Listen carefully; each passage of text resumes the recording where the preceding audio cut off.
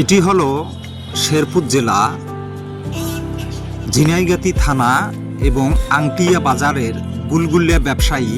উনি 30 বছর যাবৎ 2টি এবং 3টি পদের খাবার তৈরি করে থাকেন এখানে।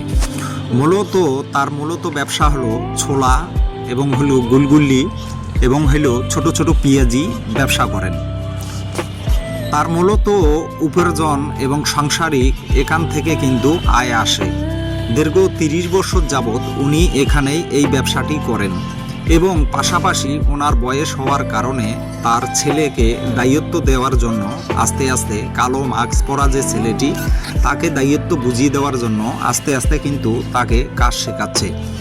এবং এই গুলগুলি কিন্তু অসাধারণ সুস্বাদু হয় এবং এখানে কিন্তু দূর দূরান্ত থেকে বিভিন্ন পর্যটক কিন্তু এখানে আসেন।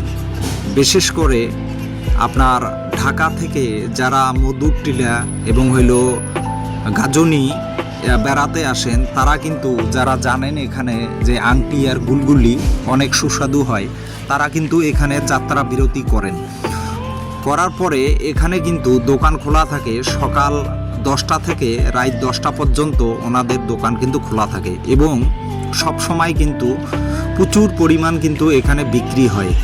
কেউ এখানে খাওয়ার পরে বাসায় তাদের ফ্যামিলিদের জন্য আলাদাভাবে নিয়ে যাওয়ার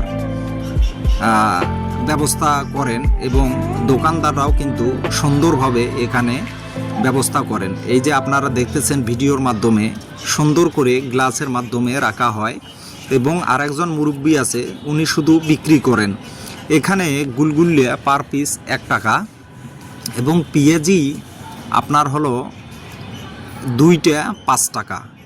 খুবই সুস্বাদু এবং চমৎকার খাবার। এখানকার খাবারগুলো খুবই আমাদের খেয়ে ভালো লাগলো। এই যে আমাদের সাথে সহকর্মীরা যারা আছেন তারা কিন্তু অলরেডি খেয়ে ফেললো প্রায় 50-60টা এবং আবার অর্ডার করছি গরম গরম, তারা দিলে আবার আমরা খাওয়া শুরু করব।